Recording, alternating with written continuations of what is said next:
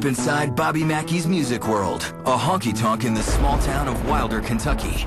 On Fridays and Saturdays from 7 p.m. to 2:30 a.m., this is a normal saloon with live bands and bull rides. But if you make the mistake of stumbling into the basement, your happy hour turns into haunting hour. Are there any spirits here that would like to speak to us tonight? No, he isn't talking about the bottles behind the bar. Oh. Yeah, did you get it too? Because Bobby Mackey's is perhaps the most haunted saloon in America. It's really scary. It's like, it's nothing like I've ever experienced before. On a scale of 1 to 10, I would say this haunts at about a 12.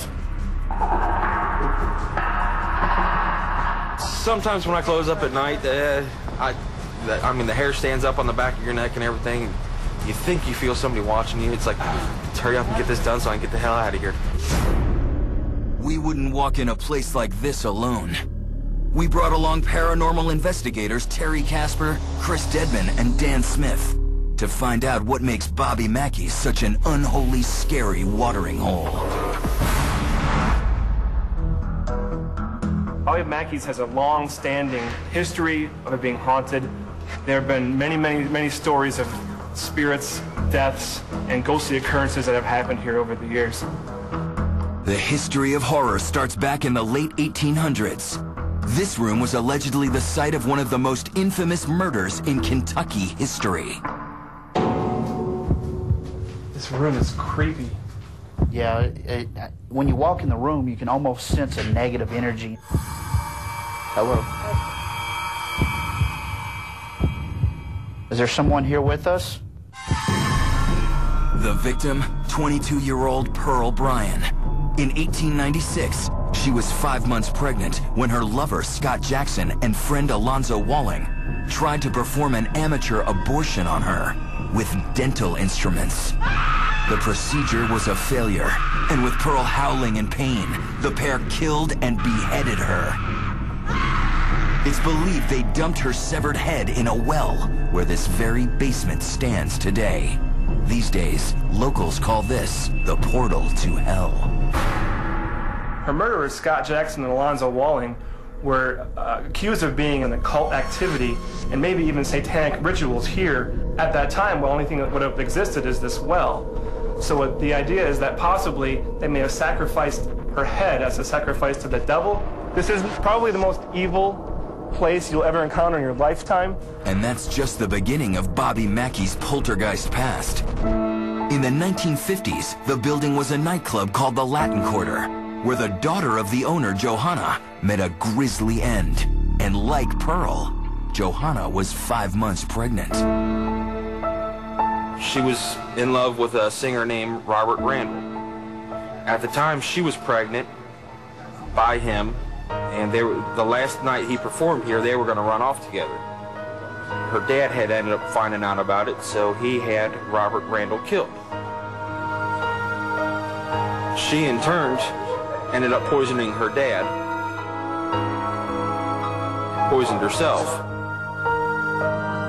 While Johanna's father survived, she succeeded in killing herself and her unborn child in this basement dressing room.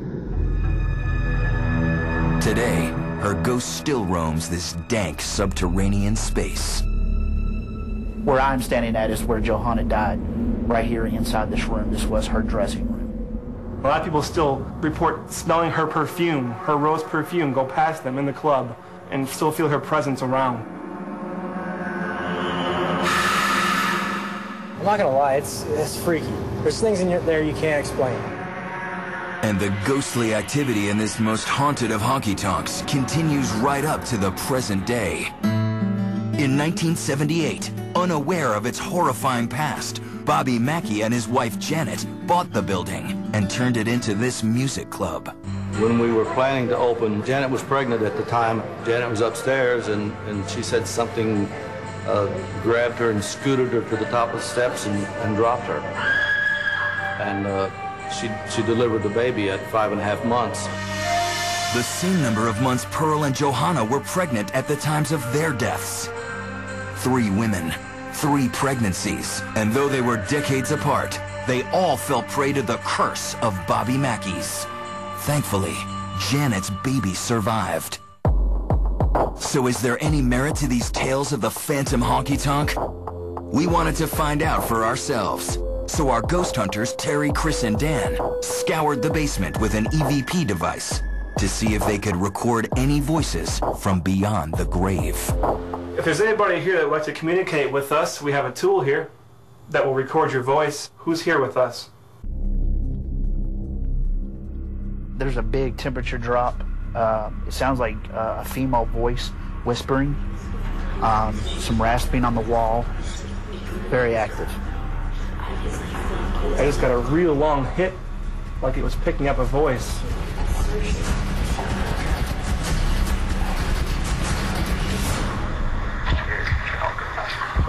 Oh, I can't hear what that says, but that sounds evil. Wow.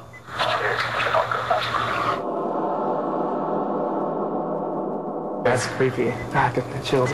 Right there. And that's nothing that we heard with our naked ear. Maybe we've angered a spirit who didn't want us in here and was trying to make noise to get us out. It was pretty frightening.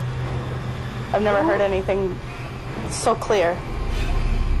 This whole building is built around the realm of death and torture and murder. You never know who the actual spirit is.